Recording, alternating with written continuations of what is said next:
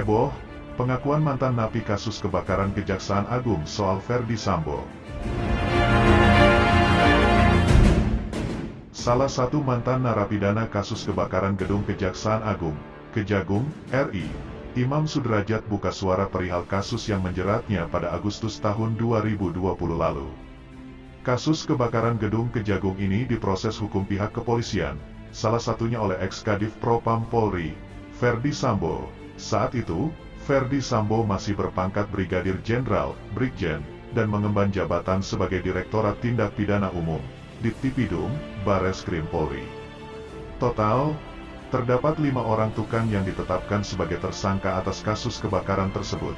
Mereka berinisial T, H, S, K dan IS alias Imam Sudrajat. Ferdy Sambo kala itu mengungkap para tukang merokok hingga menyebabkan kebakaran. Imam Sudrajat sendiri sempat mempertanyakan perihal bukti kebakaran gedung Kejagung RI, termasuk soal barang bukti rokok. Kata dia, rokok yang ditampilkan di persidangan masih terbungkus rapi dan tidak cacat akibat terkena api. Iya, janggalnya itu aja, apinya dari mana?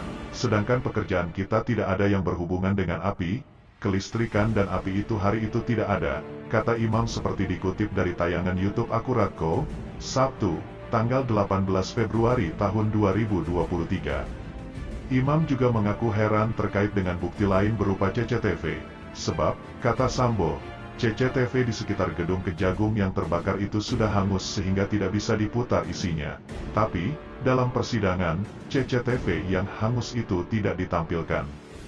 Pak Ferdy Sambo sendiri bilang waktu itu, CCTV hangus tidak bisa diputar. Ini yang jadi pertanyaan saya, kenapa bukti hangus itu tidak ditampilkan di persidangan? Saya sempat tanya ke kuasa hukum saya, kok bukti CCTV yang hangus enggak ditampilkan di persidangan? Seharusnya kalau itu bukti, ditampilin dong, ungkap Imam. Saya orang buta hukum ya, tapi namanya bukti ya bukti yang ada di lokasi paling enggak. Bukti rokok, rokoknya baru semua, bungkusnya baru, enggak ada cacat. Terus botol tiner yang ditampilkan juga botol utuh.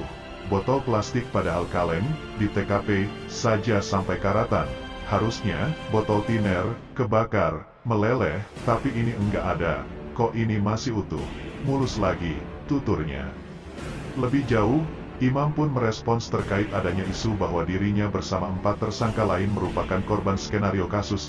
Imam mengaku sempat memikirkan apakah dirinya benar menjadi korban skenario atau tidak. Namun, Imam tidak terlalu ambil pusing dan membiarkan proses hukum berjalan semestinya.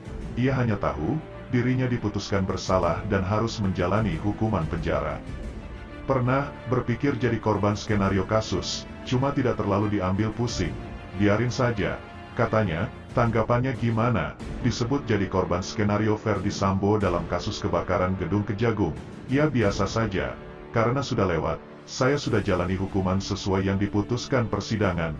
Enggak ada perasaan apa-apa, saya enggak tahu kasus itu rekayasa atau apa. Yang saya tahu saya diputus bersalah.